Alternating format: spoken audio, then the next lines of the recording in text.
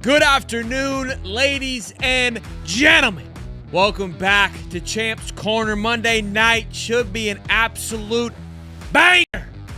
Looking forward to it. Stephen Harris, the champ, joins us. He's got some things to say. He's got time today, from what I'm hearing. Ali Peak will join the show later on as well. We're going to have a nice little back and forth between all of us, having a great discussion about where things are, where things stand. We've got a lot to go. We got a Billy Napier presser that will happen today. We'll discuss that, our thoughts and opinions on that as well. I have some thoughts. I have some opinions. Even 48 hours later, I have more opinions. I've taken some beatings, some lashings, but most importantly, I would say that the majority have supported the channel, supported what we do, and appreciate what we do. And I can't thank you guys enough for showing your love, showing your appreciation through these dark times, through these rough times that we're rocking and rolling with right now. Also, too, we'll have an injury update on LJ McCray, who's going to be our new offensive play caller. I kid. Don't shoot me. But great show. Steve, he's in the green room right now, but all I see is the ground on his screen. I don't know if he knows that he's not here with us right now. Let's see. Let's get the audio version. Maybe if we get audio, we can see what's going on. Steve, take me off screen. Give me 1 second. You see it, Steve? We got uno momento. cut my screen. I got you. I don't need y'all to see my toes. This is incredible. I actually like it better like that. Can we just do the foot version? Oh. All right, let me know when you're ready, big dog. We ready. Get us going, Stephen Harris, baby. I love it, man. I love it. Look, I started to do the segment with the helmet on. Yeah, like I might have to go out there and suit up. Yeah, at least make it to the sideline to slap a couple people. But that was incredible. I don't want somebody to see the toes. That's oh, brother. Oh, that got me. Yeah, that got me. I didn't know the camera was on the ground. Y'all will see my toes, and it'll be over.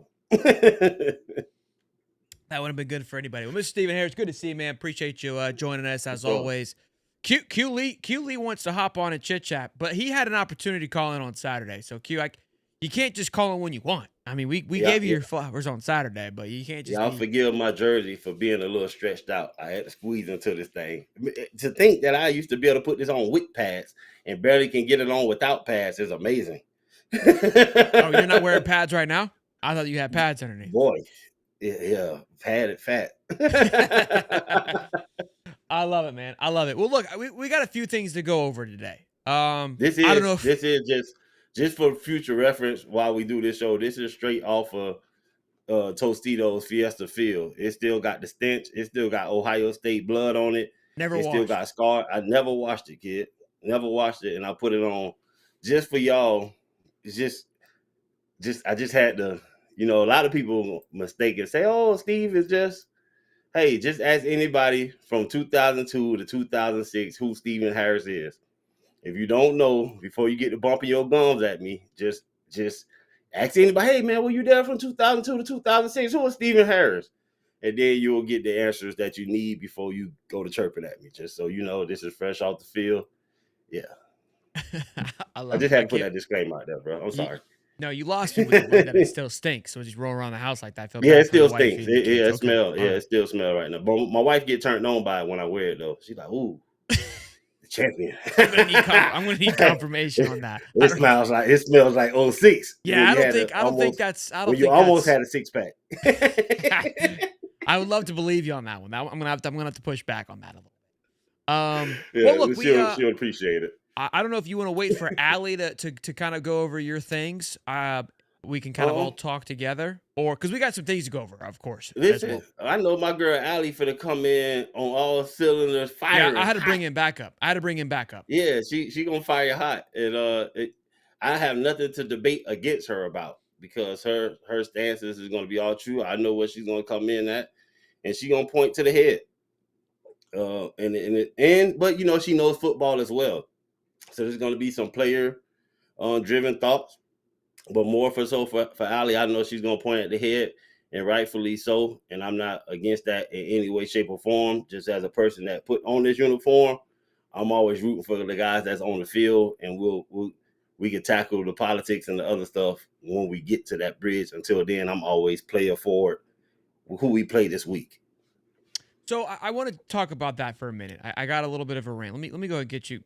Steve likes to show up on Steve time, so I gotta get him dialed in with the graphics department here. Kind of talking to that, right? Talking to playing for the players and cheering for the team. So this is what I want to go over here first. I saw this today, and I tweeted out, FLSU, let's go. I'll see you boys on Saturday. And there's flack and there's support. It is what it is. I get it. Some people are pissed off, don't want to watch. I see comments now saying, hey, I don't want to tune in, and I get it. It's not fun to listen to or talk about your team when things aren't going well, all right? And I understand that completely. So I do appreciate y'all tuning in and having a good time. Look, I love this thing, and I told Steve before, I was like, look, man, it's been crazy the last couple of days, but it's not fun when it's like this. But this young man right here reminded us, shout out to, he didn't have his name, but shout out to his mom, Kelly, for posting it. Says, send up prayers for my son today. Despite this weekend's humiliating loss, he's still repping the Gators attire to school deep in Bulldog territory. He makes me so proud. And I loved about this is it simplifies everything, right? Wow. Because at one point in all of our lives, this was us. This was us at 5, 6, 7, 8, 9 years old wearing the Gator gear regardless of what happened on Saturday. Because we were at some point, we met somebody, we saw something on TV, we went to a game, and we were like, this is who we are going to be a part of for the rest of our life. And we made a horrible decision then, but we committed to it, and we wear it with pride regardless. And sometimes the kids horrible decision. I'm kidding. Sometimes the kids have to remind us what it's all about. And what's so precious and beautiful about a children's mind is that they're not persuaded or poisoned yet, if you will, with negative things, and they're just pure at its purest. And some may argue, well, I'm older and wiser now. No, you're not. No, we're not. We're older and grumpier. That's all that it is. So again, sometimes we got to be reminded that at the end of the day, we're still Florida Gators, regardless of what happens, regardless of how mad we all want to be at the coach and how frustrated we want to be. Come Saturday against LSU at 7:30, I'm gonna be repping them loud and proud. Come next weekend, regardless of what happens, I will continue to support this team. And anybody would say like you're supporting a sinking ship, I can't help you, Bubba. I can't help you. I believe this thing, and I'm gonna rock and roll with it. That's for sure, brother. For sure. That is gonna always be my stance, no matter what. I don't care who you bring in. I'm gonna root for the Gators no matter what. My loyalty is to the program and to the players, and more so the players first, because I was in their shoes. And I understand a lot of things move around you that you have no control over. So my mentality is to help them control the things that they have control over. That's showing up the next day. That's showing up to practice. These players can't shut down. These players can't say, you know what, fire the coach and we suck, and just decide not to go out there on Saturday or Monday, Tuesday, Wednesday and give their all. So they need my motivation more than the people talking heads that are out there spewing whatever they spewing. If I jump on that board and go to bashing and doing the heavy criticism that they're giving, though some of it is warranted because they're fed up. I understand fans are fed up. I understand that. But as a former player, somebody that these guys look to, it will never be my position to help them be more discouraged. If I did that, if I did what the fans are asking for me to do, then where's the hope? These guys look, I'm not trying to big myself up, but I talk to some of these guys. They look for me in motivation in these moments. What do you think I'm finna say? I'm going to encourage the guys that are there that are trying to better themselves, better their families, regardless of who's here or who's not there. They have to go out there and perform. So regardless of anything, that's my position. These guys, people say, oh, he's just pumping up Billy. I'm not pumping up Billy. I'm pumping up the players. And if to you that seems like I'm pumping up Billy, then the hell with it. You could believe what you want to believe in that instance. Anybody who asks me a serious question, everybody makes mistakes. Nobody coaches a perfect game. None of the coaches that win these games on Saturday that you watch them win is flawless in their coaching. If a team ever punts the ball, then somebody made a mistake, obviously, right? So how many punts per game is people putting out there before you start to criticize it? And I'm just saying that to just clear up a little back end. But to your story point, Shelton, I'll just ramble one more second. My kids, my boys. Hey, there we go. Look, listen, my kids, my boy, I wish I could bring them in here. I got 2 sons that are playing Little League right now. One just turned 13, one is 11, right? I picked them up from practice today. I take them to practice. I go to get them. And as I'm walking on the field, taking them off, all the coaches out there, they know I played. And they like, boy, y'all lost. Da, da, da. I say, man, listen, I got to go talk about it right now. I had to take them out of practice early to come be with you guys. And they all giving me crap or whatever, but it's cool. It's fun. I'm leaving Little League practice. The parents and the like are giving me crap. So I take it. I can take it. My kids get in the car, they take off their pads and say, Dad, man, some of my friends today were trying to clown me today. I said, oh, wow, really? This is the first time they ever said something like that. I was like, man, what happened? Like, yeah, one of the kids wore a Florida State shirt today and this and that. And then they were like trying to say, oh, you guys suck. I said, oh, they know like I played for the game, like your dad played. They was like, yeah, no, they know. And I was like, yeah, they were giving me crap, but it's okay because me and my other friend, we were Gator chomping them and like telling them it's all right, it's all right. So that right there for me is very important, bro. If I change my mindset and I go to bickering and this and that, my kids hear that, they're gonna carry that with them. You know what I mean? So for me, the reflection that they get from me is what I want them to have when they're out amongst their peers. Okay, we lost, but we know how to take it in stride. Okay, we lost, but we not finna blow up the place. Okay, we lost, but we still got hope.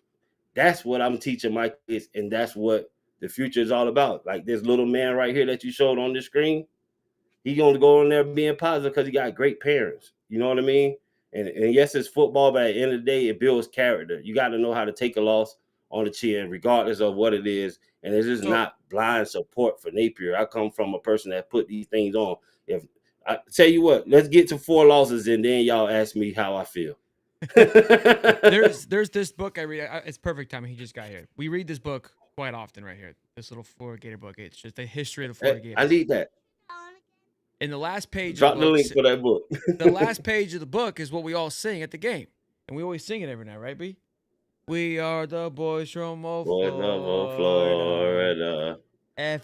where the old Gators play. Right. And the last part is we all stick together. Oh, yeah, F-L-O-R-I-D-A. Go in all kinds of weather is also part of that line as well. Not just when it's sunny. What's that? Not just when it's sunny. In all kinds of weather, we'll all stick together. In all kinds of weather. That was not what happened this weekend, I'll tell you that. Together. Can we just say it again? In all kinds of weather, we'll all stick together. For F-L-O-R-I-D-A. Go Gator! Yeah. Yeah, that's what I thought in all kinds of weather meant. That's what I thought it meant. Some people are going to be all pissed off and frustrated, like, look, oh, they're just pumping sunshine again. I'm not. Look, that's not what we're doing here. But I'm frustrated. I was pissed off. I showed it. I was mad as hell. Q Lee's fired up, saying, "No excuses tonight. No one hope with Billy." Look, Q Lee, I don't know where you've been for the last 48 hours, but we've laid it out on the line for 3 hours on a call-in show, and we had a whole show Sunday. I can't carry just upset for forever. But yeah, look, man, we're repping the boys come Saturday. So good stuff. Hey, listen, be fired up, kid. Be fired up. Listen, when we win, we'll be on the same team, and my enthusiasm will hit harder than it ever has for you. But it's okay. I get it. It's hard for you to be enthusiastic when we're down bad. I get it, but that's why God made certain people to be enthusiastic to carry the rest of the people. And I'm just one of those guys. Have your fits, throw tantrums, pull out your hair. I don't know. Just don't cut yourself or do nothing else crazy. Look, and again, I think my frustration with Billy, and I said it on Saturday, I've seen enough from what it is, but we'll kind of get into that as the show goes on. First order of business, talk about Brendan Bett. So Graham Hall says Florida head coach says that redshirt Brendan Bett is remorseful for his spitting penalty. Feels like he let the team down in general. Is out of character. and he made a mistake, there will be some internal discipline. And then he kind of went on and said he'll apologize to the player, a public apology, and all kinds of apologies. Yeah. As for suspension for LSU, that's unknown. People were upset about this, and look, I was disgusted by it. I was like, what are we doing? People are obviously calling for recall of the team. I think people forgot that Jamari Lyons did this 2 years ago. And the reason I say people forgot is because we've been talking highly of Jamari Lyons. We were all for sure devastated for Jamari when he broke his ankle last year. So, and again, I'm not saying I excuse being spit on, or spitting on somebody. But we've seen this before, and we've moved past it. And again, I don't know where the line is. This is always a tough one. We've seen guys do off the field things, and I've kind of stood behind it of saying like, hey, a mistake's a mistake. Yeah. I mean, if it happens again, I don't think this is a one and done. It's a dumb mistake. And I talked about a buddy today. It's like, why the urge to spit on somebody? And it's because you're probably so pissed you want to punch him, but your thoughts like, I can't hit him, so if I spit on him, nobody will see it. And I'm not saying it's okay. I tell you, the signal gets to your mouth before it gets to your hands. The rage signal will make it past your mouth before it gets to your fist. And some of these guys know to be reserved and throwing punches. I don't condone it at all. It was horrible. It was egregious. If you had spit on me, the police would be trying to get me off the field. No coach, no staff member would have stopped me from annihilating you if you ever attempt to spit on me in any setting. I don't care where we at. We could be in church at the altar. If you spit on me, I'm gonna make sure you meet the maker. But anyway, with that being said, I don't condone it at all. But I also understand being in the heat of battle, being in the moment where your emotions are riding high and you're trying to do everything you can. And through the course of the game, you don't know what's been happening. But this is no excuse. I'm just saying from experience, the things that I've experienced. And when I've talked to people who have done these things, little jabs are happening throughout the game. Maybe they're digging at you under the pile, this and that. And the game is on the line and your emotions are very high. You're trying to control them, but that human element still comes after you. I can't punch them, so I spit. Well, you're going to get the same thing. You try to spit and hopefully that, maybe they don't see you because you're trying to give a reaction for how you're feeling physically, and you can't touch them. You can't hit them after the play is in between the whistles, so you spit, but the guy's standing right there. There are numerous people that get spit on during the course of a game that the refs are not there to see it directly. Yeah. Right. And so just in this moment, it pops up like that. But when you're watching football, it's hundreds of games being played. I'm sure every weekend somebody's getting spit on. It just may not be being highlighted, and there's no excuse for it. There's definitely no excuse for it. And you have to reprimand the player. You have to talk to him, but it's also knowing the player and their temperament, and who he is. And maybe he was just overly emotional in the play. The fact that they said he was crying, all this stuff, and remorseful. I get it. I understand it. He should have been. And however we deal with it, that's how we deal with it. But if I'm being honest, from a standpoint of if we don't have Caleb Banks back next week, he's not being suspended. If I'm being totally honest with you guys, that's what I come here to do. He's not being suspended. He's remorseful. He knows what he done. We will find other ways to make sure that he understands the severity of this. But the rules called for him to be out of that game. It's up to us what we choose to do for that. If the league decided to suspend him for the next game, then that would be out of our control. Yeah. But if it's within our control, we have to know our own players. We have to know their history, how they've been, to decide if we're going to sit this young man for a game. To be honest, a lot's on the line. We need him. I like the athlete that he is. I like what he brings to the table. I like the passion. I like the tenacity. I wish a lot of other people would have been of the mindset of frustrated and wanted to spit on somebody, but didn't actually do it during this game. So the fact that he was emotional means to me that it meant something to him. What he did was totally wrong. It's a forgivable instance. It's not favorable. It's not likable. It's frowned upon. And I definitely don't agree with him doing it. And he needs to know that. It did not represent the Gators. It didn't represent what we stand for. It didn't represent sportsmanship. But I know in a violent game where people are getting their heads knocked off, things happen. So it Yeah, that's all I would say about it. Yeah, again, I mean, we've seen this happen from time to time. It's not our decision, but again, Jamari Lyons, I looked it up. It was November. It was a Florida State game after spitting on an opponent. He Yeah, got for a sure. 15. That was 2023 that it happened. He was This still. I mean, he this was still almost wasn't. like throwing the shoe though for a lot of people. With this game on the Not line, which quite it the should never same. got down to. Not quite the same because I mean, it felt like it, but it's two different. One was, I mean, that No, the season, instance, the actions is not the same at all. the The result of feelings it for the fans in the moment is just stupid. Yeah, triggering. yeah.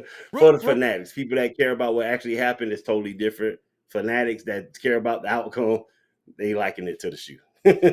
got a couple super chats real quick. Franklin Rock, which I believe is Quee for you. He keeps saying that we turned on DJ and that we're the P word. I genuinely don't know what you're talking about, to be quite You honest said with you. what? That we We turned turned on on DJ. DJ, yeah, and Who we're is we? soft, and I don't know who he's referring to. I know we were critical of his performance on Saturday. I wouldn't say You have to turned be on him. critical of all performances when you're looking at Yeah, tape I don't. and you're trying to figure out what went wrong during the game. And that's why I tweeted earlier, but I want to be mindful because I know people are sensitive about DJ. But even DJ, after the first game, said he needs to do better. He was frustrated with himself. Even in this game, DJ is frustrated with himself. So for anybody to call out, not necessarily call out, but point out instances where he could have played better, where his mechanics wasn't the greatest, or scrutinize him as we do any other player that played football is fair game. It's not a shot at DJ, but also we or I and some understand that he's a young guy. So we're definitely going to be careful in wording what we word to make sure he understands that it's not us coming at him, but us critiquing the game as we should and understanding that he has to be better and do better. And that in this game, it was probably his worst performance as a Gator since he's been here, but that it is you're growing. There's not a shot at him not saying what he won't be or not be. But if you're looking at the film and you're breaking down what happened, there's a lot of blame to go around, and you're going to start with the head coach, and then you're going to go to the quarterback if there's something there.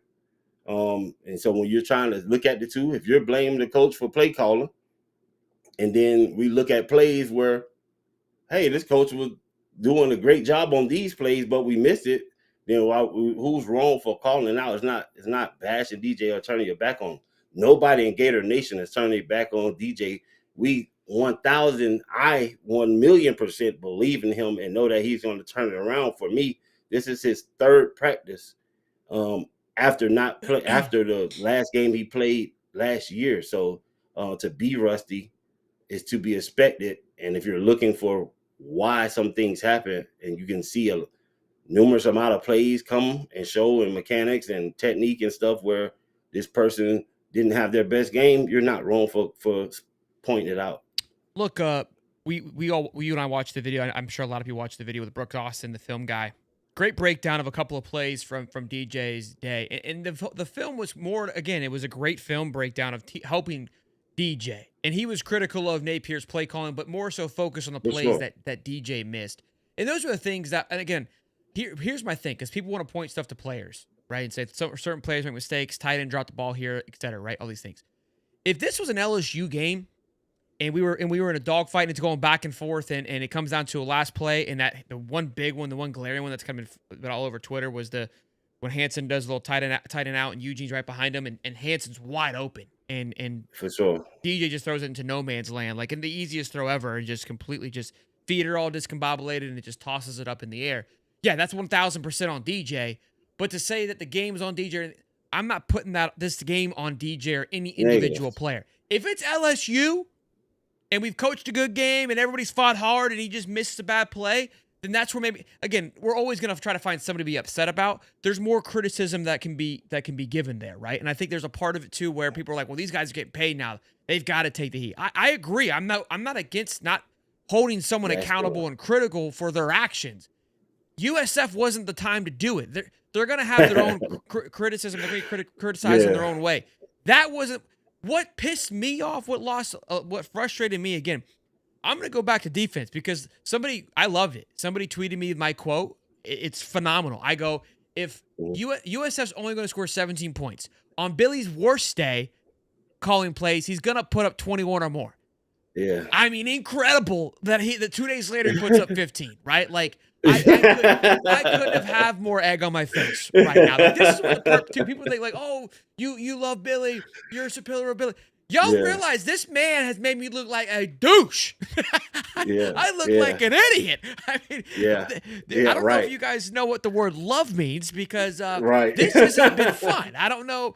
I don't get season tickets for it. Like, I don't get extra interviews. If anybody should have turned, it should have been us. You know what I'm saying? Like, this is self-inflicted wounds here, boys. All right. So, that was offensively was just obviously a complete mess. But I guess we'll get into it here because let's actually go into that before we talk about DJ. He announced today, that's not it. I quit. I didn't even watch the presser. I watched a little bit of it, and I was like, I'm not going to be honest. Like, I was like, there's nothing here. I know what's going on here, right? Yeah. There's nothing here, right? Like, he's telling us the same stuff. Film looked good. I was like, all right, man. Like, nothing burger. Whatever. Got to say what you got to say. But he asked blatantly, which I appreciate the transparency. Didn't want that answer. But hey, are you calling the plays and you can continue to call them? He goes, yeah, I will continue to be calling the plays. And again, we talk about accountability. We talk about being honest. I mean, I took the bait saying we're going to hire Russ Callaway as offensive coordinator. And he did say, like, hey, we're going to work him into it. We're going to grow him into it. But to blatantly not put him in charge or allow him to call plays, there's just, look, even if you want to say, hey, Shelton, the play, like, I don't think anybody is at this point. But I want to play devil's advocate. Like, let's just say the play calling wasn't that bad. Okay.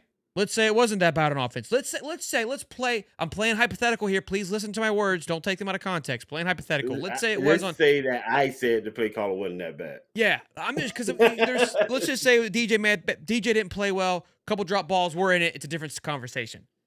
That's not what I'm frustrated about.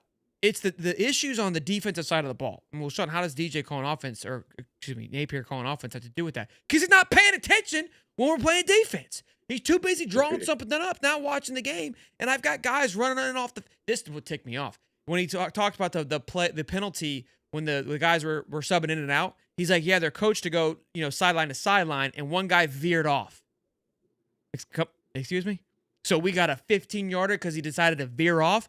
You don't think that would be something you needed to account for? No, what you should have seen is that, hey, we're sluggish. We're slow. They continue to hit us with this tempo on third down. We need to send a personnel out there that can go back-to-back downs. That's what we need to do because we're just. And again, this one thing I will say I was critical of Billy was his in-game inability to feel the tempo of the game, and it was exposed mightily. I mean, that's just what it was. I mean, to its extreme. Yeah. And I coming in today and sticking to his guns of like, yeah, I'm going to continue to call plays. Again, if you want to argue the play calling wasn't that bad, it's your inability. You're ignoring the fact of what else is being impacted by you not seeing the bigger picture, and that's where I'm just completely lost for the sauce here. Yeah, I understand what you're saying. You're saying he's too dialed in to be trying to call the plays because you have to focus on the next drive to even be involved with the defense because you're too headstrong on calling the plays. Yeah, I get it, and not for nothing. I saw the tape. I didn't see a young player that veered off. I saw 94, and I saw whoever it was, but I didn't see a freshman that veered off. And it was a freshman, I think. But he said. I know what he said, but I'm talking about the play. I saw it slowed down. I went back and looked to see who it might have been, and in that instant, you say, yeah, it's a freshman. He don't understand the urgency, but at the same time, things happen, and in that moment. They're on the far side of our field. So trying to make a substitution in that moment, I understand guys are tired, but you got to let them suck it up because they're on the far side of the field. Now, 90% of the time, if they're on that far hash, the next player is probably going to bring them closer to the midfield or the other hash, and you make the substitution then when you're closer to your side. But to try to make that substitution from such a long distance is tough. That's not Billy calling the defense to make that substitution, but he's responsible for it. And in that moment, whoever called the defense, whoever made the substitutions, was just a bad time to do that substitution with them being so far on the other hash, it makes the guys have a longer trip to get off the field. But guys are tired. You're trying to get certain things in. You get dialed into calling the plays and stuff. But that still falls on the defensive coordinator or whoever made those substitutions in that moment. But at the end of the day, these are things that you talk through with the guys. And yeah, he definitely has to check it. I didn't agree with saying, hey, it was the young guy that veered off, because they were close to getting off. And sometimes you're going to have to make those substitutions in those moments. For sure. But we have to be on tune and know. We should have known going into that week, hey, these guys are heavy tempo. When we're on this sideline, bottom line, we're flying on and off this field. When we make these substitutions, it just got to be drilled in. It should have been drilled in heavily. They were close. It was a bad situation being that far off from the sideline. But these guys, I believe, had a little more juice to be able to make it off the field in time if they were cognizant of that situation and what they were doing. So everybody has to be dialed in. And so I would have liked it if he would have addressed it in a better manner, explaining it kind of like I'm explaining it, versus just chalking it up to it's a young guy and we'll do better. Of course, we're going to do better. We better do better. And I'm sure that young guy, whoever it was in his head, if they had did that, won't do it again. But it starts at the head for sure. And so there's no excuses, but there's ways you address that and to be more transparent about the situation. Yeah, look, I think with just, again, there's just so many frustrating situations there. And a big thing for me, and a lot of fans, why people were frustrated and where others have seen it, and I tried to overlook it and felt like, hey, we can grow, we can get better, right? Like that's what I was intending for and hoping for this year, because, again, self-reflection of like, hey, we struggled with this. The stuff that I saw on Saturday, I've seen it too many times. And that's where I refuse to put any blame on players, because you this is your rotation of guys. This is your players now. And so they're making the same errors and same mistakes that guys 3 years and 2 years ago made. It's not the player anymore. There's development issues. There's coaching issues. Brooks, the film guy, brought up a good point. And he goes, this is a coaching situation. And I thought the same. I didn't think about it as a coaching issue, but I was just it kind of like the team embodies that lethargic approach to the game where they do a hard count and DJ goes hot, and the lineman jumps and Damian Jordan punt points instead of Jake just snapping it, right? We want, and the guy and Brooks was like, hey, we want a free 50, not a free 5, meaning we get a free play here. You just snap it. I don't care if you're ready or not. Nothing bad can happen here. Sling that thing, let it rip. But he goes, by the fact of him pointing lets me know that they're coached to point, to go, hey, we got 5 out of the hard count worked. No, as soon as somebody jumps, you're looking right at them. Just let it go, cut it loose. Yeah. And so those were just small nuances that are popping up. That again, a lot of people have pointed out that. Yeah, I can agree. Not never going to try to give an excuse. I'm just trying to give you player perspective in the game. Most definitely can agree with that, but you have the center has to snap the ball. Damian George pointed. I wasn't mad at Damian, but no. I'm just not. That's not for you. This is just okay. Go walking through. Damian George pointed because it had yeah, everybody on the fence, right? David Jordan pointed because if he moves and then they don't call it on the guy, they call it on him, right? So the center, I don't know if he was aware. He could have looked to the left. I don't know. I have to go back and look at if he looking to the left to make sure I got this guy and never saw him jump per se, then he wouldn't necessarily have time to snap the ball. Like you're trying to put your head on the swivel, point out where the strengths are. Ask the center. If you catch it, you hike it. Agreed. In that instant, it looks bad. I'm talking about as far as the center. I don't know if he saw the guy and just didn't hike the ball. I don't know. I don't know. But if he did, somebody can show me. I'm just walking through possibilities of why he might not have snapped the ball as a center. Jamie George pointing, he's not supposed to move. Because if he moved and they say it's false start on the offense, you can't go back and review it to say, hey, it wasn't me. He really moved first. The center should hike the ball kind of like their guy did.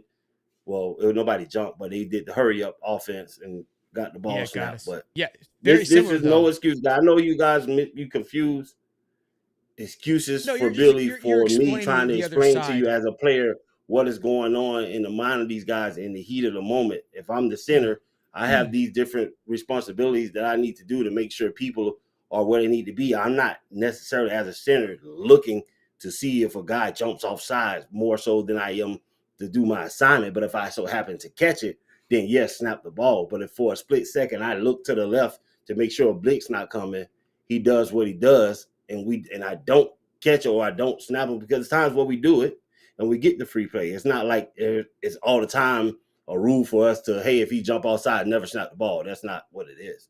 So point it out, I can understand you want that urgency and veterans and stuff like that. And so you're still going to point to the head. No matter what, everything's going to go to the head because you want to drill these things into these guys no matter what. So if it doesn't happen, you're still going to point at the head.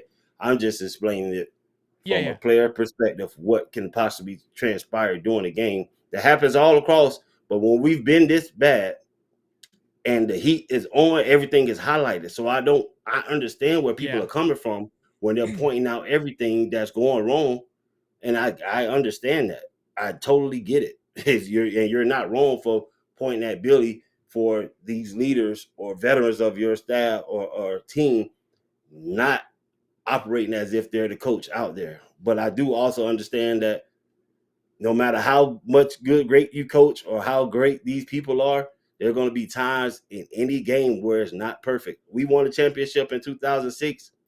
Every film we turned on, there were plays that were not perfect.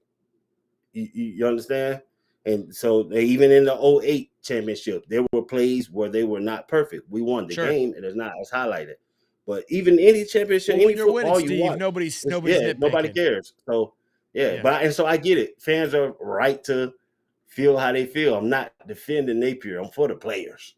Yeah, and look, I think I'm not mad at the player. I wasn't even mad at Damian. I think he's just doing what he's been coached. That was more so what the player, even what he was pointing out. He wasn't. Like that's what he's been coached. But he can't move. He can't move in that moment. He can't jump. No, I wanted Jake just to snap it. That was it. Jeremy out $5. Sure. Hop on the train for Steve's new dunks, boys.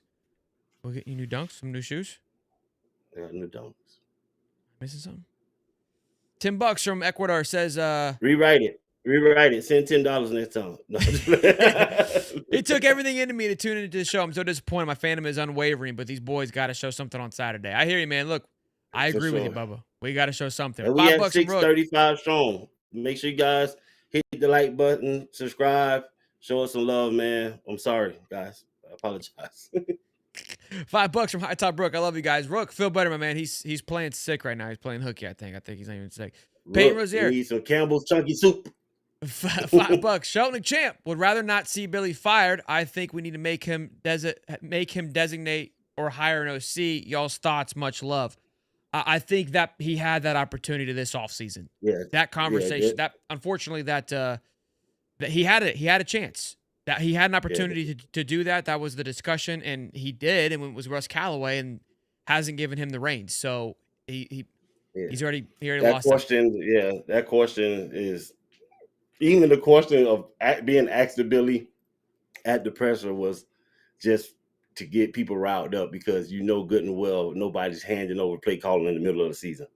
I think they wanted to know where it stood. Like, hey, you told us one thing, 5 months ago, and you kept kind of tiptoeing around it. We want to know what's up. So $5 from Victor.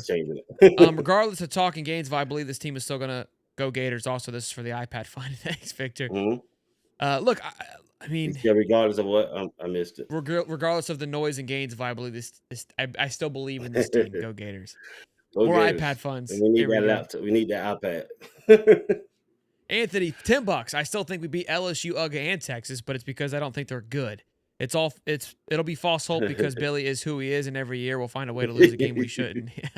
Look, again, there's a part of me that still believes this team has the talent. Like, I still believe that. I genuinely do.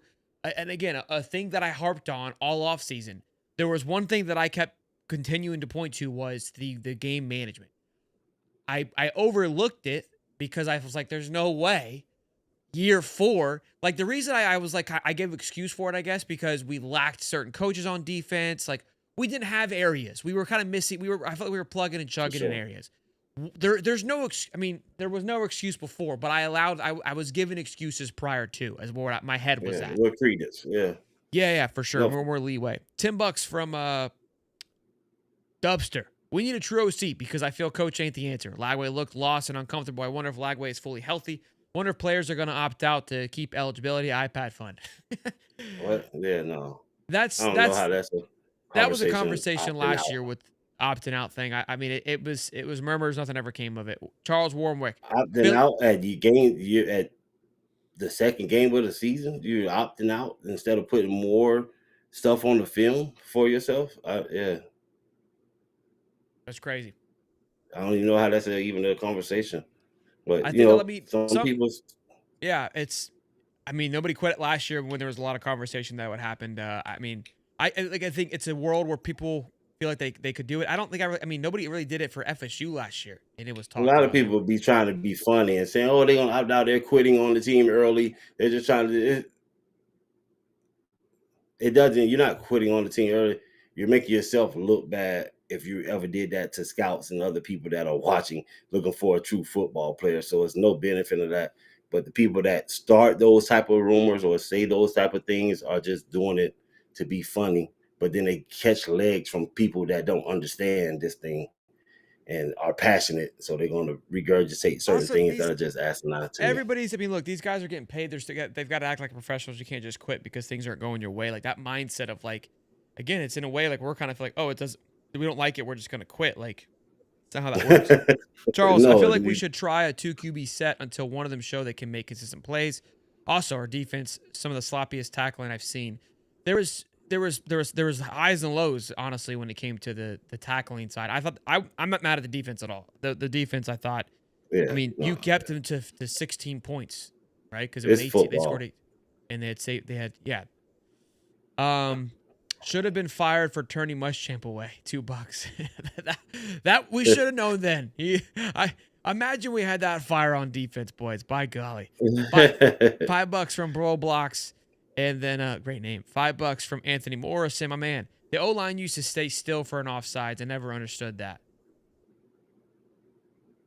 I think he was referring Because to our point debacle. yeah, no, yeah. He's talking about for the offside. Say the online always stand still when they jump. You don't understand that part Instead of just because you snapping get it. Instead of just yeah, it snapping could it. be well, yeah, because it's the whole line. It's 5 guys. If the center doesn't snap the ball, it doesn't count. If you jump just because this guy jumped and moved out the way and then you move, it's on us. So the Yeah, rest of the guys because are you can go taught over, like, there's do not encroachment, move. right, when you usually touch them, but you can go over and come back. Yeah, But if you touch them, it's only time. So yeah, you can't move. yeah. Um, and so by him jumping and pointing, why So the that's a other tough guys are not thing? going to Because you move. make it seem like, oh, he touched me. You're initiating that contact. Like that's what the point was, is that you're showing, hey, he hit me, kind of thing. Instead of staying still and letting Right. him snap the ball. So that is kind of the proper way of doing it. This take I've seen from MW. $10, despite being 28-point favorites, Notre Dame lost to Northern Illinois in week 2 last year. However, Notre Dame eventually made it to the national championship. Florida can still make a run, but it's unlikely. Ted Lasso believe. Look, people hate this. I saw this take all over Twitter. People were thrashing it. I love the mindset. Notre Dame also did not have nearly the same schedule, and different circumstances. But I understand the thought process of like, look, I told you I'll be there Saturday. Here's the thing. We all said that this team could lose 2 or 10. It was playoff or bust. Nobody had USF circled as that lost. That's problem one. That's the problem one, right? Yeah. And again, like there's 3 scenarios here. Billy all of a sudden figures something out and that he hasn't been able to figure out at all, and they go on a warpath because, and we'll get into this in a minute. I want to get into that because I want to talk. I want to talk about the possible hiring and rehiring here. I've got a little clip that I want to pull up. $10. Look at Jeremy, my man. When I started the iPad trend, I told Prof we get a smart screen and dunks like Orlosophy. Oh, that's right. That's right. Steven asked where it is in his wish list so I could get him a pair. That's right. You have 33, LSU 16. That's right. I forgot a pair of dunks like Orlosky. I forgot. And then $5 from Anthony. No, I meant when we would snap the ball and stay still, the quarterback would run for his life. We did a lot of it last year. I don't remember that, Anthony. I'm sorry, Bubba. No, he mean like after we do catch them, the linemen stop blocking and just because it's a dead play, you just really launching it up and hoping the receiver catch it. Otherwise, you're just going to get the penalty yards. So the offensive line normally don't. Once the D line got to jump on you, they don't want to engage. Yeah. Okay. Let's talk about this. Allie should be on here. Oh, wait, she just texted me. Let me see here.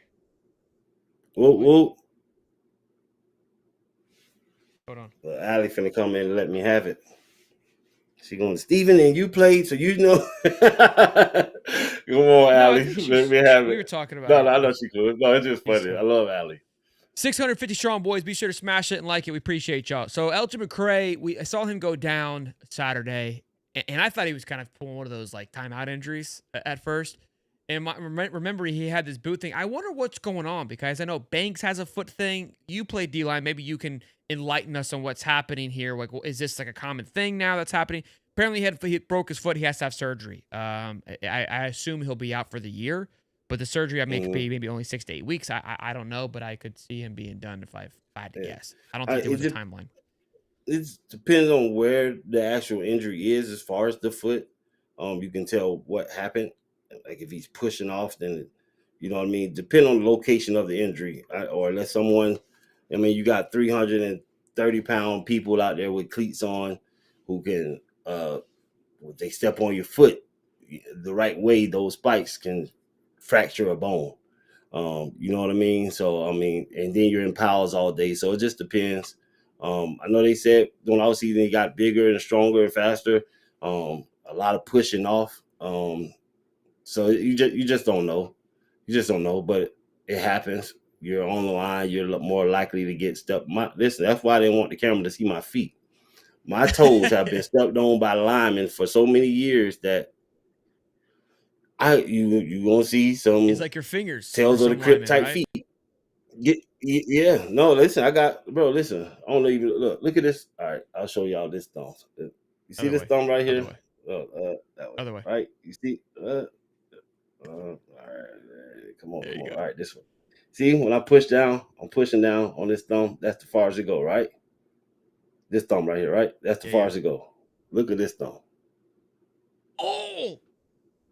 I was like, so what happened was, so what happened was, I'm coming off the line, and I smashed the lineman, but this hand gets caught in the face mask, right, and pushes past the face mask going forward, and now I'm able to do this with my thumb. And now, with just $3.99 and some magic glue, my thumb can bend. So I don't know if I'm trying to show y'all the best angle possible, but yeah. No, we're good. We saw it. We're good. Thank you. Yeah. We're good. Appreciate it. You didn't just show it again. Then this finger that has my ring on it. I don't know if you can see that knuckle. I had to get this ring big enough to go around that knuckle, but still don't fall. So it's loose in the middle here. Yeah. But that's my ring finger. Tip of this finger is broken. I don't know if you can see right there, that lump there. That's been broken. And this hand here, these knuckles are pushed down on this hand. And if you can see this bulge, that's a whole fracture in my hand from smashing people. Yeah, I see it. So, therefore, all I'm saying is down in those trenches, you have to be resilient. You're going to get a lot of dings that people will not think, oh, you should be fine. You're all right.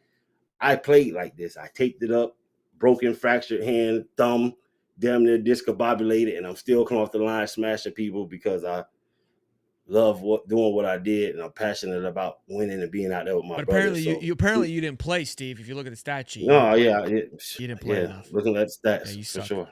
You suck. Yeah, I was only one of the defensive linemen that played every position on the defensive line from end, 3 technique to nose guard because I sucked. Charles, $5. I'm still rooting for my Gators. I'm telling everyone we'll be back in the top 25 again. Just watching see go Gators. I also bet an FSU even after all. Here's the thing. I was talking to my buddy about this today too because people are like, we need Florida to lose so Billy gets fired. Look, Billy will do what he needs to do to him. Whatever needs to happen will happen, and we'll get into why things changed from last year. I'll explain that here shortly. But for sure. By cheering for Florida to lose, that means you're cheering for LSU. That means you're cheering for Georgia. That means you're cheering for Texas. That means in 2 weeks you'll be cheering for Miami. That's disgusting. I'm not gonna do it. I'm not gonna do it. It's not like the NFL where we're tanking for a first-round draft pick. You know what I mean? Like, no, for sure. I don't. But and to be honest, 9-3 gets us into the playoffs with this schedule, kid. So, for sure, yeah, and possibly 8-4 if USF win out. Hell, 8-4 may do it. 8-4, not so much anymore. I don't think LSU was part of that 8-4 loss when I said it as well too. $5 for the Dubster. Letting y'all know I'm not USF, for the opting out thing. To be clear, I love my team and love y'all. Just a question I heard on Gators Breakdown today. Look, it's definitely a conversation that's thrown around because players look at with the ability with the portal and being able to redshirt. You know, they don't want to burn a season as much anymore. So Florida went from wide receiver U to DBU to tight end U. Who would have thunk it? Tight. I don't know if we were tight end you. I think that's a joke. Yeah, I like good comment though. It's a good post. Nice humor. Bro blocks. It's an ego issue with Billy. Shake my head. Watch FSU. The commentary only talks about Gus. Years back, LSU only praised Joe Brady. Head coaches want to be the guy. You watch Florida State football to know that? I mean, probably the end game, yeah. But look, I get that point though, right? Head coaches, unless you're Nick Saban. Talk about the fans and messing with them. Yeah, look, because even at with the Raiders, I was watching a Raiders game this weekend. They're showing Chip Kelly, right? Like, how is he doing with this new offense? Certain coaches get the limelight. Mike McDaniels is one that wants to be the guy in front of it, and how's that working for Miami? We'll see. I think Liam Conan. I mean, I think he's doing a good job so far in Jacksonville with one win. We'll see, but I think that's a good point. A lot of head coaches like for their names to be in the spotlight. Some are better of just they'd rather win. I think Andy Reid's a prime example of that. Like, does not care like what he's associated with.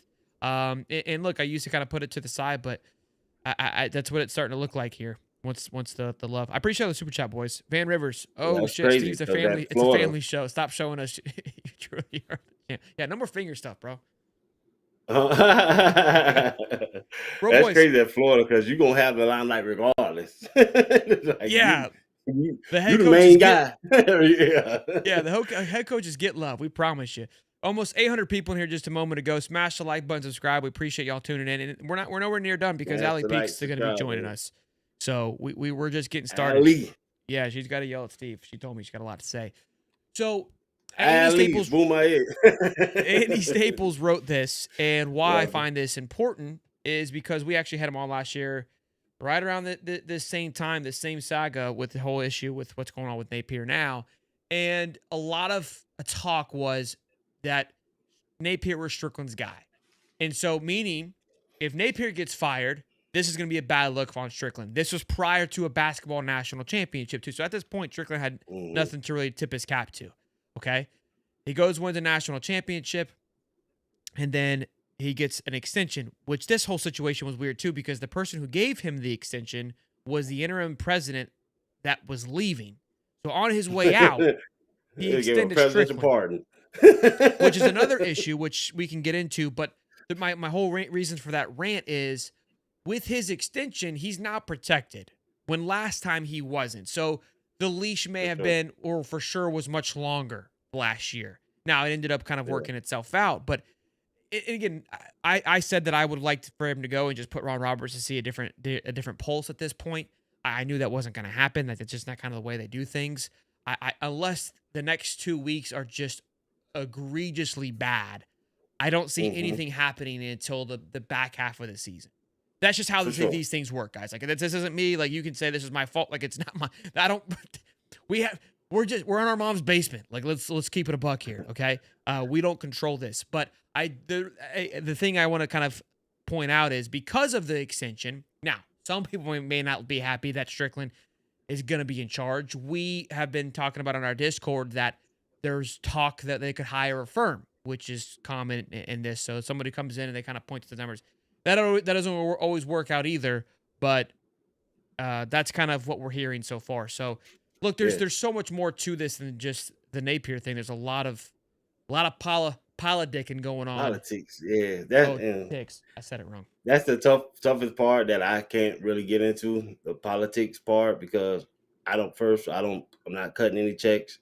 I'm not the money man. Well, you're just I getting don't get sideline paid to make passes. those decisions. Yeah, yeah, and his brother likes me, but yeah, but yeah. Shout out to Kurt Napier, but I can't make those decisions. But just thinking about it, I don't normally like to think that far into those type of things because nothing I do or say or think is going to affect it.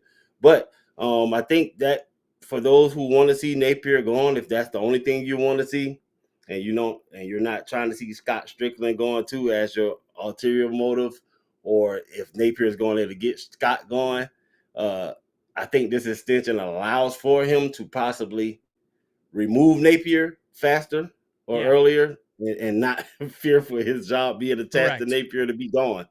So Correct. if for those who only gripe as Napier, this gives him a little more security to be able to remove him if he deems it fit and not have to worry about his job being on the line. So if you really just care about football and you really just don't like Napier and you don't have an ulterior motive like some people do when it's only sunny, then this may be a good move for you if you're not just thinking about Strickland, you care about the football program in itself, then he has a little more leeway to do that. Yeah, for sure.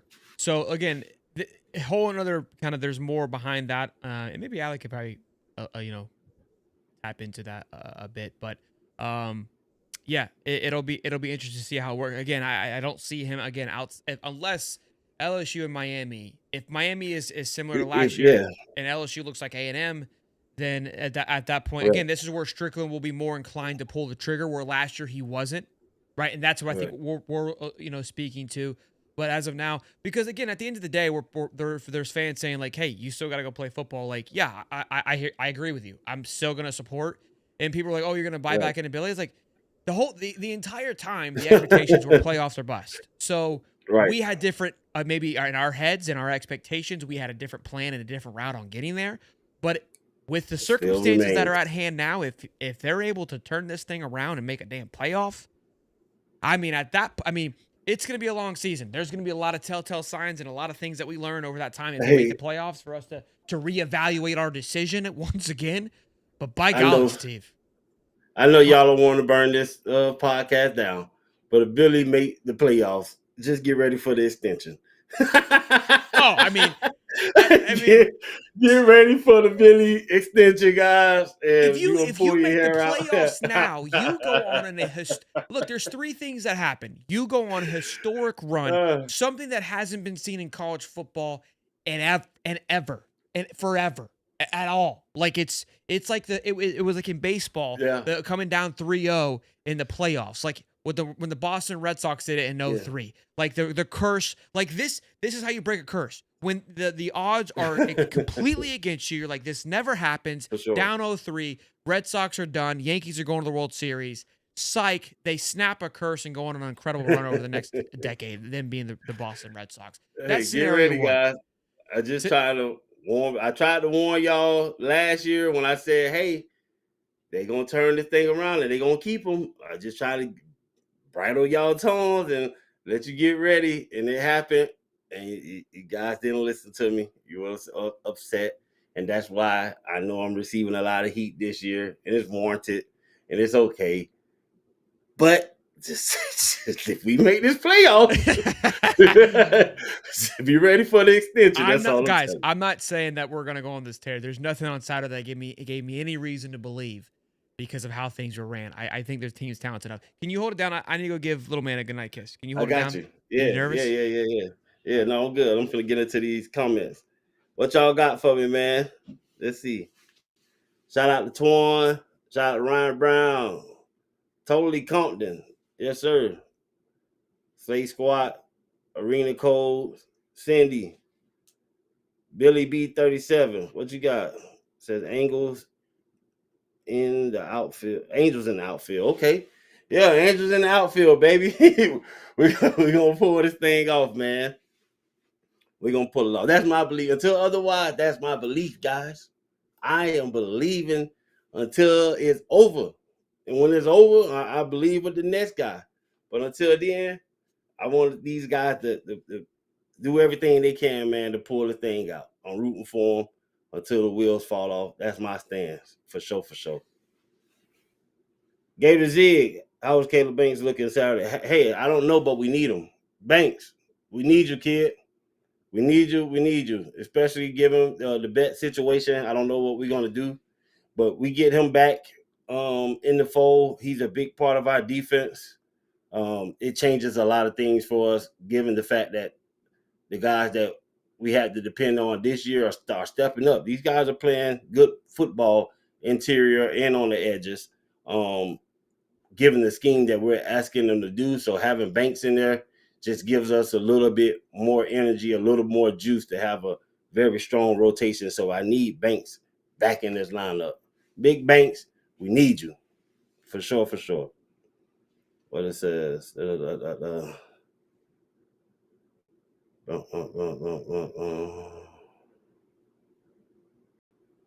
Said what happened to LJ? Foot, broke his foot. I'm not sure where at, but yeah, he broke his foot, man. Prayers up for him, speedy recovery, a full recovery, and things get back on the right track. The young guy, bright future, a lot more football to play left. So that's where we at with that. Torn, shout out to Torn. Appreciate you, bro. Brett Brown, appreciate you. Shout out to you, bro. I'm trying to get some of these comments before my man get back. If y'all got a question, shoot it in there. I got you. Stephen Harris, what is your true thoughts on 12 personnel? My true thoughts on 12 personnel is that there are 11 people on offense and 11 people on defense. If our 11 are better than the 11 execute the play, then I don't care if it's 12 or whatever other personnel. We can get a lot of work done. So if that answers your question, I'm sorry. How we doing? A lot of talk for struggling against PV. What's that? I don't know. Excuse me. I don't know what that's supposed to mean. All right, boys. About to have Ali peek here in just a minute. A couple of super chats. Let me get over those really fast. I am betting $100 we beat LSU Saturday. Bye bowler Billy strikes again. I love it. But that's the spirit. I love it. I love it. I'm sure Vegas loves you for that too. $20 from Eric. Billy lost me today when he said missed tackles are acceptable. They're going to happen. Two just made big plays. These are our poor standards. Billy never heard a coach just go, sucks. you have I didn't hear big jobs. I didn't hear missed tackles are acceptable. I didn't hear that directly worded like that, but I got you. Appreciate you, Eric. Yeah, Allie, she's pulling in right now to the neighborhood, and she'll be here, boys and girls. I'm not teasing you along. Like, I just kidding. Allie was never going to be here. She will be here ready to rock and roll with us, and then we'll go for about a few more minutes with her. I pray that they do beat Miami, Mr. Whitehead. I said, what if USF beats Miami? I pray that they do. I hope they win out. I'm not going to lie. I know they won't because we should have beat them. It was on us. It shouldn't have been close, but yeah. They're gonna be smacked. Real quick, while we're waiting for Allie, tomorrow we've got Shannon Snell. He'll be coming on to give his thoughts. So we're getting yeah. I'm putting big dog Shannon. Yeah, that's my OG, man. Listen, I know if y'all want to see somebody that's gonna come and attack, just tune in for Shannon tomorrow 9:30. I understand where he's at fully. I am not a Napier apologist. I'm just for the players, guys. Yeah, he's gonna be fired up. I know he was hot on the bird, and he's come before just to share his. I love chit chat with him, man. He's great. Sure. I appreciate him always giving us his time. Tomorrow at 9:30. Yeah, and then on Wednesday we'll have an LSU content creator come on to talk about that game, which I'm fun. We're gonna try to do a better job, and we've got the Locked On Canes guy coming on for the Canes game. And then there will be a bye. I don't know if I'm going to do something for Texas just because that's right around my due date. We're coming in close, man. Baby will be here in just a couple of weeks. So yeah, man. Yeah, it's exciting. Yeah. I kind of get lost in the sauce a little bit when it comes to having babies, and then it just kind of punches you in the forehead. But we're here. I'm 5 strong, so I'm here for you. You know what's up. You know what's up. Real quick, Jeremy L. I appreciate the super chats tonight, boys.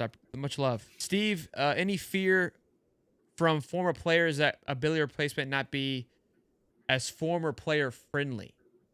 Negative. They can't be not former.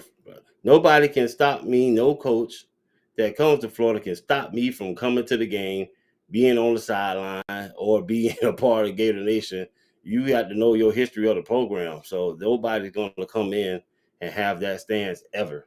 So I appreciate that question, because a lot of people been, and not you, and I don't know, think that's why you asking, but people taking jabs at me. Oh, you just want favor from the coach and this and that. And, bro, if y'all before y'all knew me, I've been sidelined. I'm in the locker room on the walls. Kid, like, I've done something great for this program to not need any other coach to come and give me approval for what I can do or provide to this program. So no, I'm not scared that no coach is not going to come in there and be former player unfriendly. As long as you've done something for this program, you uphold yourself the right way, they're going to always love for you to come back. Unfortunately, some players haven't done much, talk a lot, and just decide to talk when they get bad, and most likely they're probably not welcome back. So and look, you can speak to this too. I think you've kind of talked to it some as well. Like, look, the players that have done a lot for this organization. I think you guys. I think you guys love the organization, but in the same breath, there's some that kind of use the organization in this as a portal. I mean, they come for 4 years and they move on.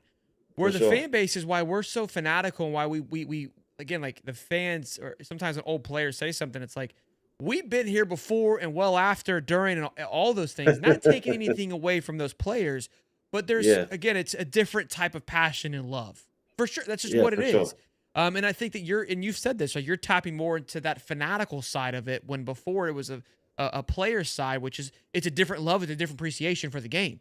And now you're combining the two. And I think that's where there's sometimes some headbutting. But look, us fans, I mean, I think about it now when Mark Long said it, F. Napier, I'll be here long after him. It's like, yeah, I mean, it's looking like, I see it now. And when I first started this thing, like, you know, you don't know, you're kind of just in this thing, but like, if you love this thing, this is your passion, this is, Buddy Martin, he's been through some coaches.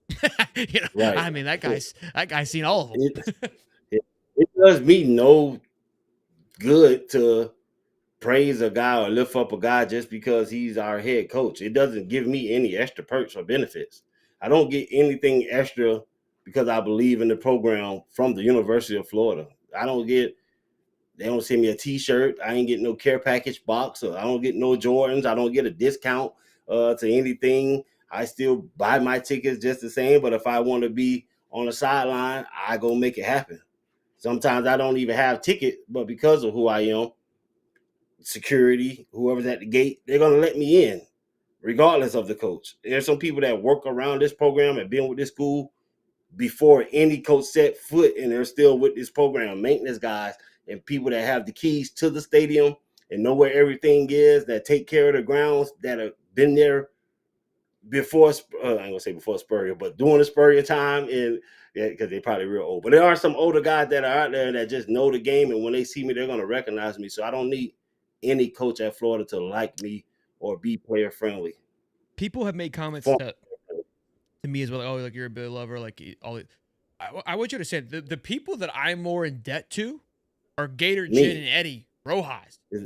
Because Steve. Well, no, I mean, like, outside of it, because those were the ones who started the Gator Collective that allowed for me to get interviews and conversations that were never possible. Florida didn't like it at all. If actually I had people from Florida messaging me going, hey, you can't do this, shutting me off, turning me down.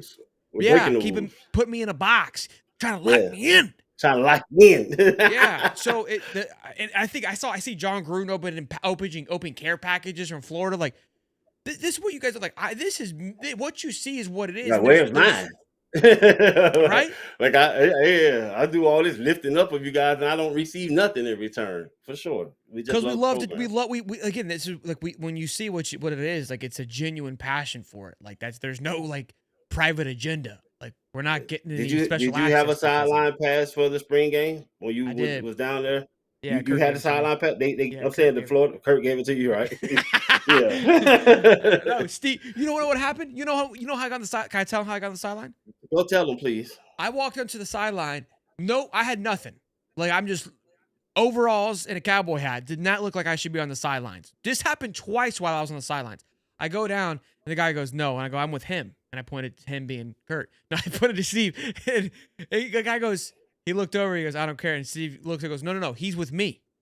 And he goes, he's not. He goes, I'm Stephen Harris. He's with me. He's good. And then the guy opens the door and I go down. That was number one. Then number two, I'm like geeking out. He's like, bro, take photos. Are you good? I was like, nah. I was like, I don't want to get kicked off. Like, I don't want to look like a noob. Like there's athletes like Clifford's there, Doring's there, Townsend's there. Like everybody else is there is like 6'5". Like, and then it's me. Like I stick out like a sore ass thumb. I'm like this. I'm not supposed to be here. And then I was like, Todd Golden comes up. I was like, I gotta get a video of him saying, "Gator boy, stay hot." Like, what would I be doing if I did this halftime? We're not even playing the football game anymore, right? Bro, I almost get bodied. He's high-fiving people, so I didn't overstep. Like he's talking to people down the line. I'm just waiting in line. In security, bro, this guy comes and grabs me. He's like, "Hey, you're out of here." I go, whoa, I'm with him. He goes, no. I go, bro, I'm with him. Like I'm him. And he goes, and then he looks at Steve, and Steve's like, he's good. He goes, is he with you? He goes, yes, he's with me. He's fine. He's been down here. He goes, all right. Like, dude, it was the hardest. Like, I was like, what is going on here? The craziest part about all of that is I didn't even have a pass myself. I didn't have a pass myself. I just walk in. Bro, I've contributed. Bro, I know everybody in all the offices that have been through every coach that you could think of. These guys are still there. I don't need a coach approval. I know people in the front office. They know my passion for this team. They know that I would never cause harm to this team and that I'm always uplift them and hold them in the greatest of lights. And I actually did something for this program. So I didn't have a pass neither, but it's just a mutual respect and love there that no coach is going to be able to come and deter or change. And so, yeah. $5 from Entertainment says, for real, let's get on the Angels in the outfield vibe. Love that. That was a great time during. Not yet, Steve. You can't premature. It's got to be in the moment. I would love to pull it out on Saturday. Listen, don't get it twisted. I would love for us to be able to utilize it. That was good times during the basketball. We got a lot of super chats here. $5. We would literally be an amazing offense if Billy would just get no C. Literally all we need. I think we're past that, Alex, but I hear you. Well, hey, real quick, $2, 1v1. How quick you make Neil tap, Steve? I saw that earlier. I was dying when I read it. Yeah. Okay. Upon approach. $10, J-Mac. Billy can't coach in the moment. Guys gets lost in the noise and the lights. Doesn't mean he's not a good coach. Just means he should rely on personnel more than his ego is willing to allow. That's a healthy take. I like that, J-Mac. $10, Alex, my man. Love the content, gents. Come from a long line of Gators. My mom was an alum. My dad and uncle grew up in Gville, and my uncle played for the Gators for the Pell. Go Gators, born and raised in Georgia, bleed orange. I love it, man. Thank you so much for. Okay, boss. Thank you, man. I appreciate that. Love and support. All right, boys. The only reason why you're here, she's finally arrived. She's finally arrived. Allie, people were screaming at us saying, "What is happening here?" What is happening? Girl, why am I so fuzzy right now? I don't know. What is happening? Not you. I don't know. You want to hop back in? It'll shake up. Just give it a second. Yeah, go out and come back in. Steve looking extra. Chris, usually Steve is the fuzzy one. Steve is looking very good. Thank you. She's buttering you up, Steve. There you go. All right, Steve's scared, Allie. I told him you were ready to take him down. Yeah. Oh, I'm not ready to take Steve down. I do think Steve is still all in here. Steve is a I love the positivity. I don't know that I share the positivity, but I love the positivity. I'm trying. I'm holding on by a thread, but I'm here. He clarified his position and more of a support for the players, and we had a whole moment. We were singing all kinds of weather. We had the Gator book. We did a little educational class of what it means to be a Gator, right? Like we had a whole moment. I don't know if anyone enjoyed it or not, but I showed a little picture of the little kid wearing the Gator stuff. Of like this is what it is. Like you put it on in the heat of battle, regardless of if you agree or don't agree with the things that are being ran. But I wanted to talk to you. We always have you on a chit chat. Again, all of us were duped. We had a lot of high expectations, which I think the expectations are still there. And we were kind of talking of like, I mean, technically you can still live up to them. And I was comparing it to the Red Sox coming back from 0-3, like it's the impossible feat of what lies ahead. But how are you feeling? What are your takes? Let us have it, Allie. Yeah. Let us have it.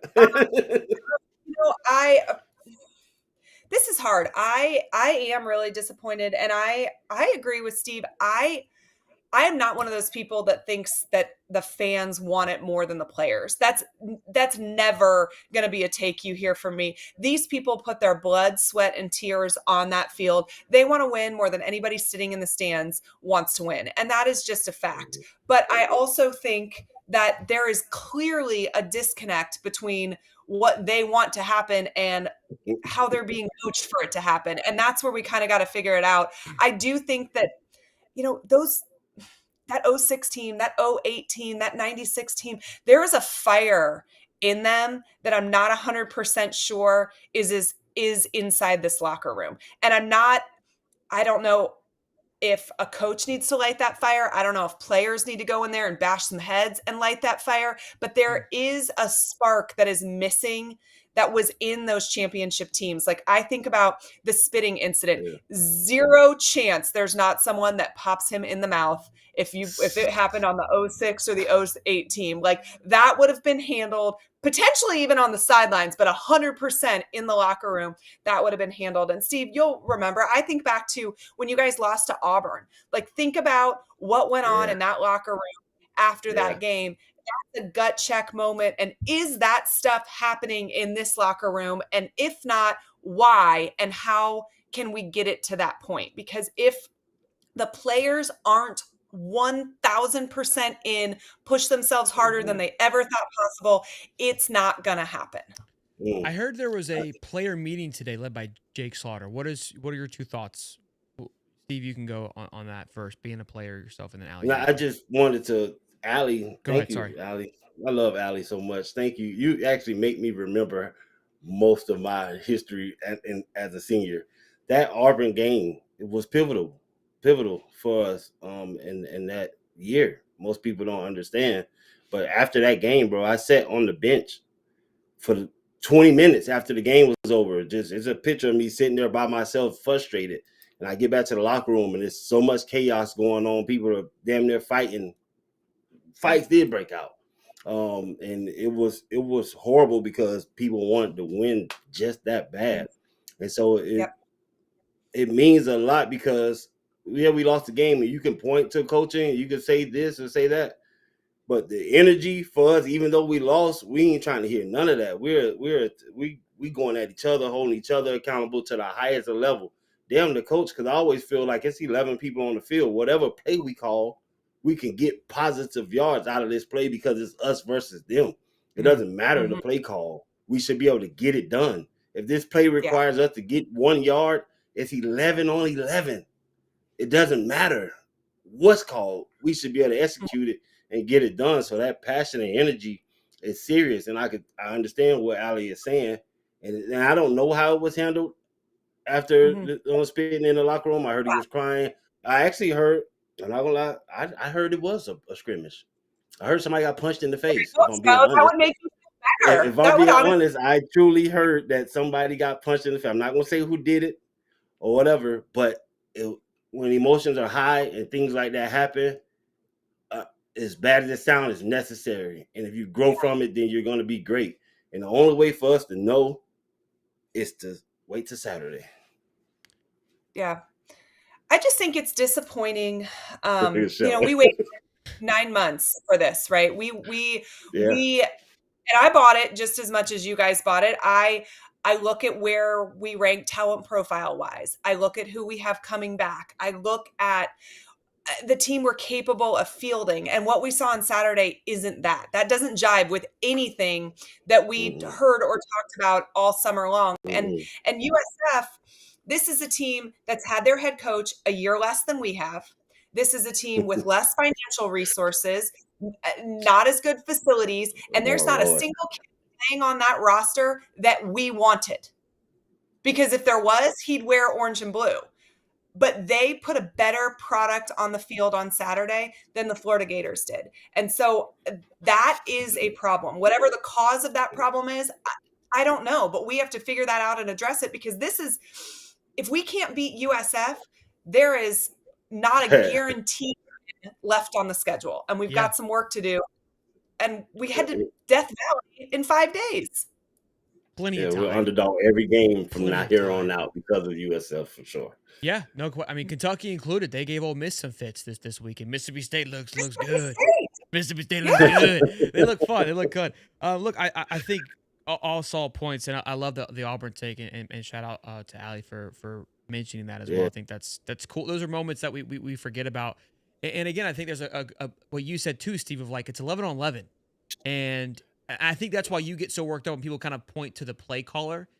You resort back to is like we didn't give a shit what they see on our ear. Just smash the dude in front of you. It don't matter. Yeah. So that's where I appreciate those takes. But did you hear about the team meeting that happened? The all players team meeting. I didn't, but I love that though. I hope that did happen because that's where it's got to start. Those are take accountability from what happened and promise the guy next to you you're going to be 100% all in and do better the next time you take the field. Mm-hmm. I love it. How are you feeling about this weekend? What are your thoughts, Allie, headed into Saturday? How are you approaching it? How are you going to do your preview? Because listen, I don't know if you saw my preview, Allie, for USF, but I predicted 41-17. Maybe they get 18. Spot on their scoring. And then I even said, and there was a quote, I kind of want to make a clip out of it and maybe put it on a shirt because the quote's incredible. I go, this defense, and I've kept saying the defense is what's winning this football game, but that's besides the point. I go, even as if the defense is not going to give up more than 17 to 18 points. On Billy's bad day, offensively, he'll put up 21. And Billy said, hold my beer. And so that's where I was on Wednesday, and I'm not quite sure where I'm going to be on come this Wednesday, but I want to get where you're going to be at come this Wednesday. So I don't, Steve, you'll probably agree with this, but I don't know. I've always thought for the last 20 years when predicting scores and thinking about Florida football is that if my defense can hold a team to under 21, I should win. That is for sure. You told me we were holding USF to 18. I would have told you, great. We took care of business. We did exactly what we did. That was not at all how I saw that going down at all. I want to say I predicted 45-20 or something. I don't know, something ridiculous that didn't end up happening in hindsight. I actually think Florida will play well against LSU. I did predict we would lose in Baton Rouge when I predicted at the beginning of the season where I thought we would find losses. I think it's an incredibly difficult place to play. They've got Nessmeyer, who is so experienced at home, Death Valley. It's like, I mean, Steve will tell you, it's like nothing else that you'll experience as a player is that stadium at night. And if you're watching and you haven't been, go. It is a bucket list place to be for sure. But I think Florida will play well. And I think if there is one thing that Coach Napier does exceptionally, it is not losing his locker room. I think those players are bought in on what he is doing. Now, whether or not that's moving in the right direction, that's a whole different conversation, but they are in on him. So I think they will play well. And I think that there are some holes to LSU's game. And Florida had no problem dominating them last year. So I think it'll be a ball game. I think it'll be relatively low scoring. I'm not predicting Florida to score a bajillion points probably ever again the rest of the season after Saturday. But I still think that it will be a dogfight. And Florida has the opportunity to still do well. The season is in front of them. They made it a hell of a lot. Are we sick in the head, Allie? Like that, I feel that this is a toxic relationship here that we're in. It is a toxic relationship. It's very toxic. We in it, right? We got beat up on Saturday. All of our clothes were burned. We came back like, hey, we still think this can work, though. This is an abusive relationship, but the alternative is to say I've waited 9 months, but shit, we're 10 days in and I'm out. Like, yeah. The ability is there. Whether or not we do it is something completely different. But there are still opportunities ahead of this team. This team could finish 9-3. The losses didn't come in the way that I thought they were going to come, but it's possible. But something's got to change, now. Okay, I'm assuming you're off the Billy train. I mean, if he wins from here on out, I'll find a seat on the Billy. That's where. Okay, so that was my question. So I'm assuming right now we're. If I don't root for the pilot flying my plane to crash. Man, wow. I can walk off. You out, Steve. I can walk Boys, off with girls, thank you, Alex. Thank y'all for coming in. We'll see you guys on Wednesday. In the history of Gator football. Oh my God, Jesus. Thank you. Thank you. I don't know how you got that download, but thank you. I'm making a shirt. Oh, I'm not rooting for the pilot that's flying my plane. Playoffs or bust is back. Is where it's still the same thing. Nothing's changed. Beat hasn't changed. It's just he just made his road a lot harder.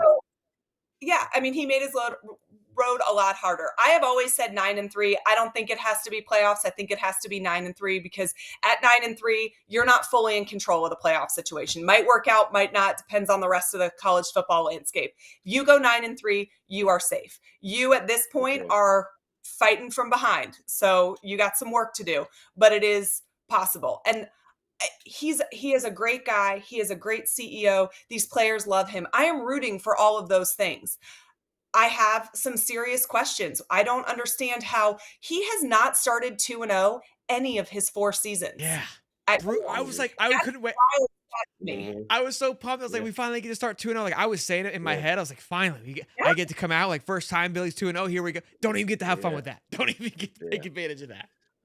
I mean, we are sitting at the same record today, 2 games into year 4, that we were sitting at 2 games into year 1. Fine. And I don't love that. I don't love that. Can't get over it. Cue the Angels. We're back. This is disgusting. This is unhealthy. This is unhealthy. It is totally unhealthy. When Allie talks, it burns my soul because that part of me that's so optimistic is like, Steve, you a fool. Steve, you're a fool. Alex laying it out for you. But I just can't do it like you said. The pilot, man. If you guys are drinking the Kool-Aid again, it's Alex's fault this time. I'm not jumping in front of the bus. She started it. All right, this is her doing, not mine. I love it because she's spitting straight facts, but at the same time being realistic. There's optimism, but there's a lot of realism coming along with it, and so I love it. I mean, we all want the same thing, right? We want this program to achieve the things it's capable of achieving, of things it's seen before. We know what it feels like to win championships. We know what it feels like to walk on that campus, after a national title. Like, Steve, I think all the time about when we won basketball in 2005 and we all poured out into the street on University Avenue. And like, that's a top 5 moment for me that's seared in my brain. I can picture guys telling each other, like, we want this. And I want that for these kids. I want another generation to know what that feels like. But it takes a lot of work and it takes a lot of sacrifice. And I'm not 100% sure that these kids fully understand what that looks like yet. And I think NIL complicates it. And I think, I don't know.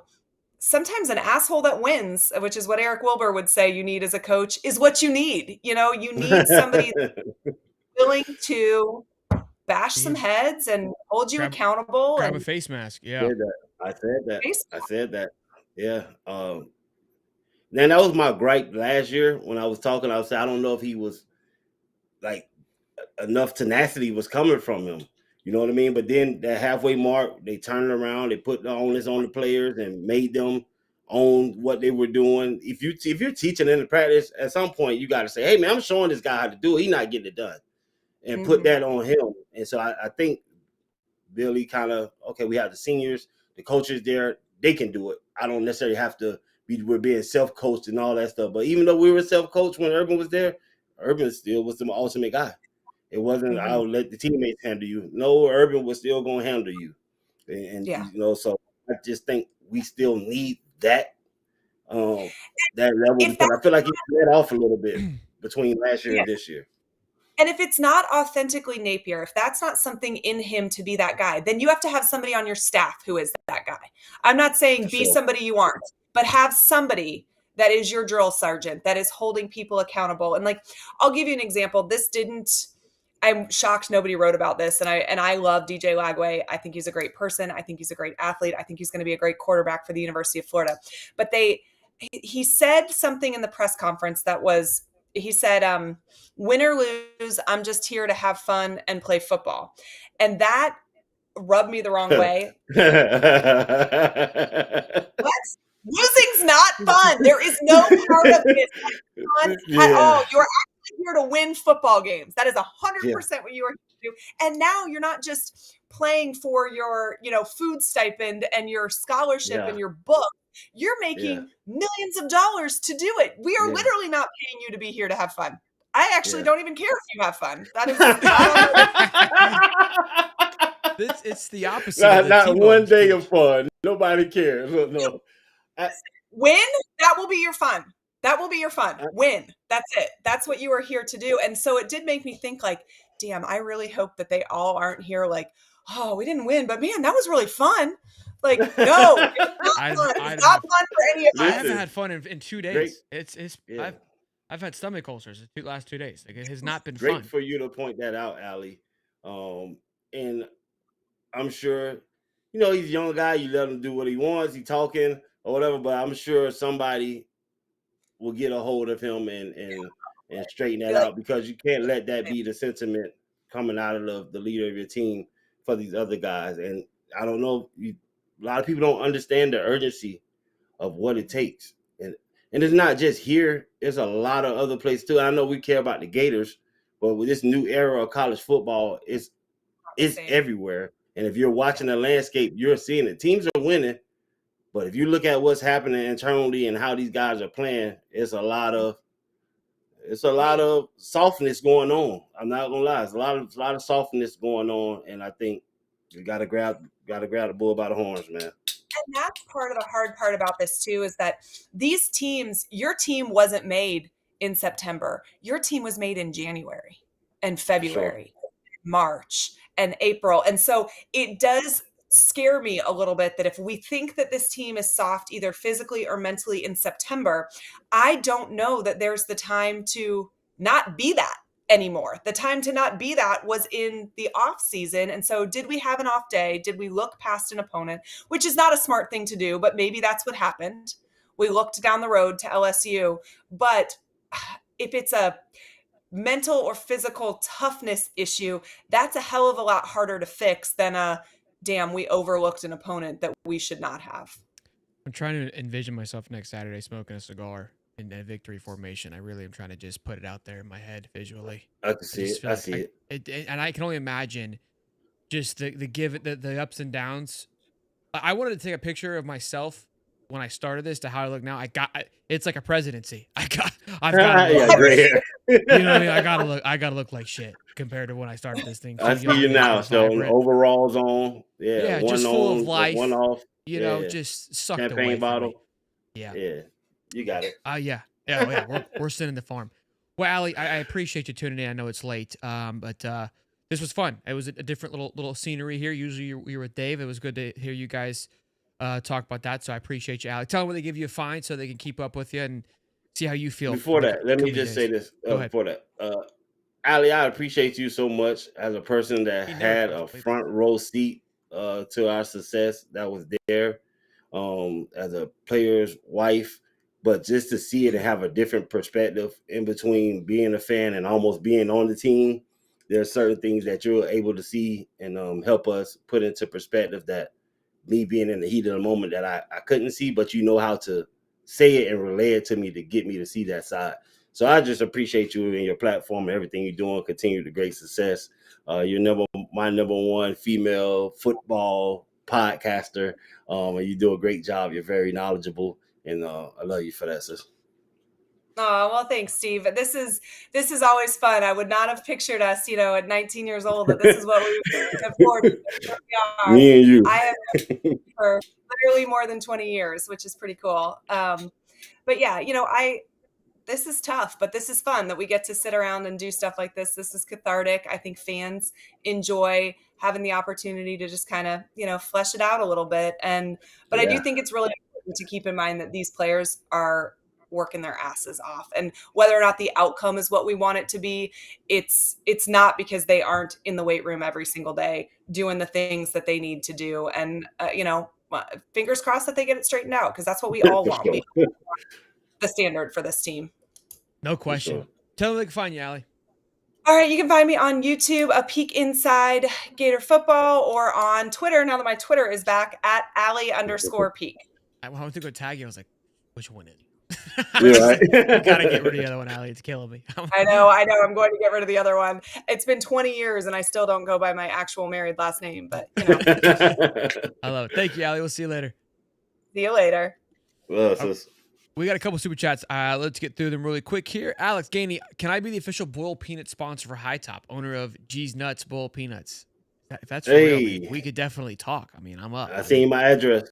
I need some of those nuts, pause. Ben Smith, you mentioned my call on Saturday yesterday on the video game earlier. Sorry, I got a little unhinged on the last part. Just sick of being purgatory. You have nothing to apologize for. Billy does. Listen, I was not mad about you. I loved your analogy of the video game. I thought it was great. I wasn't mad. Can I issue an apology to the guy that was on the stream Saturday? I apologize, my brother. I love you. Go Gators. That was awesome. $5. Bipolar Billy going to call the opposite plays and LSU's going down. Outfield Angels swooping down Saturday night in Baton Rouge. I mean, dude. We're going to cue the music. Oh, yeah. We're going to be. Oh, my gosh. I couldn't imagine. Angels in the outfield for Bipolar Billy. Support the regale. Allie needs to do more call-in shows. $2 from the Dubster. $5 from Sean. You got a souped-up jet. Get excited for the ride, and then you realize your pilot can build planes, but he can't fly them. It's another great. Look, all over it today. I love it. Chat's fired up. Fans are fired up. Visualize your win. I want to be standing up in the living room doing the Angels in the outfield dance, and we're going to be in Baton Rouge tonight. Yeah. Listen, I'm thinking about it, guys. Believe. Come on, baby. We just want to be together, just tooting and hollering, screaming and crying. $10. I don't want to be a downer, but statistically, he's the worst coach Florida has had. What is there to look forward to? What are you guys seeing that gives hope? It's been 4 years now, the same results. I think Allie kind of nailed it on the head. It's like, it just look like the hope is we go there on Saturday. Right. And given Saturday, I think the talent on the football field has the ability to beat anybody. It just depends on whether or not it's firing all cylinders. Jason says we all have a BCS mindset in college football playoff NIL era. The overreacting is unreal. I do agree with that. I think that I actually thought about that today. I go, man, it's crazy from a Florida fan perspective because I'm thinking Clemson lost. I'm thinking Baylor lost. I was thinking about who else lost. Alabama's lost. And they're overreacting for sure. But I look at all those teams and I'm thinking, I mean, Colorado lost to Georgia Tech, but their schedule looks pretty welcoming as well. I'm looking around like, man, these guys got an opportunity to do something special. So like, it doesn't matter that one lost. Meanwhile, we're like, it's over. Yeah, no, because it used to be one loss, you were done. Yeah, I mean, look, the way it went down was more so what we're upset about. But I hear what he's saying. For sure. And then I was going to say something. It slipped my mind. Go ahead. Oh, $5. I'm sorry, Anthony. This is how do you think we should give Jones a quarterback? I think how she was saying, Steve, that was me. I love you, bro. Oh, that was Van Rivers that you yelled at. Oh, love. Major love, man. I just had to get that off my chest, man. You were interrupting. No, I love you, kid. My man, Dakota Clark, $10. Hey, the super chats have been incredible. I appreciate all you guys showing your love tonight. I'm sorry I kind of got a little delayed when we were talking. I kind of get lost in the sauce, but I mean, almost 600, 700 strong all night tonight on this beautiful Monday. Go ahead. I just wish we'd have won that game so we could highlight Vernell Brown on punt return. Jesus. Oh, his big return that we needed. Yeah, we needed that too in that time. Like, oh yeah, that gave us a touchdown. Yeah. So that no positivity here. Best punt return since 2 years. No positivity. Real quick, Brett issued apology. I want to sincerely I sincerely apologize for my actions in the game this past Saturday. I let down my teammates, coaches, family, and all of Gator Nation. Our coaches always instill in us the value of sportsmanship and across the line. I also want to apologize to South Florida. That's not the person or player I try to be. I made a terrible mistake and it won't happen again. Just Cole Skinner. There's no excuse for my action. I'm truly sorry to both you and your family. To my family and friends, I know that my actions didn't reflect the way that I was raised, and I regret the disappointment I caused. I take full responsibility. I pray that we can all move forward. Thanks for believing in me, and I won't lead down again. I like stuff. Love it. Yeah. $5. Steve, how pissed would you be heading into Saturday night? Angels dance or how pissed would you be headed into Saturday night? Angels dance incoming. So this Saturday coming up, how pissed would I be? Oh, like if you were playing, I'm assuming. Like I think that's how he's asking. I'd have been pissed Monday morning. Yeah, I wouldn't wait. I wouldn't been waiting the game day. They would have got it in the locker room. Yeah, it's just I love it. Boys and girls, Fantastic show. We'll see you tomorrow, live tomorrow at 9:30 with Shannon Snell. I want to do a call-in show for the fans before the game. Yeah. I think that it would be fun to have some of you call in. I'll figure out. Maybe I'll do it tomorrow after Shannon Snell. I don't know. I'll talk with the wife, get all those things figured out. But make it work. Y'all be good. Live tomorrow night at 9:30. Then, of course, live Wednesday at 8:35. Listen, boys had a rough Saturday. We're going to have a great week, and then we'll reconvene on Saturday. I'll tell you how I'm feeling next week. Appreciate y'all tuning in all night long, boys. 600 strong. Y'all be good. Smash it, like it, love it, subscribe. We'll see you boys in the next one. Peace and love. Go Gators, baby.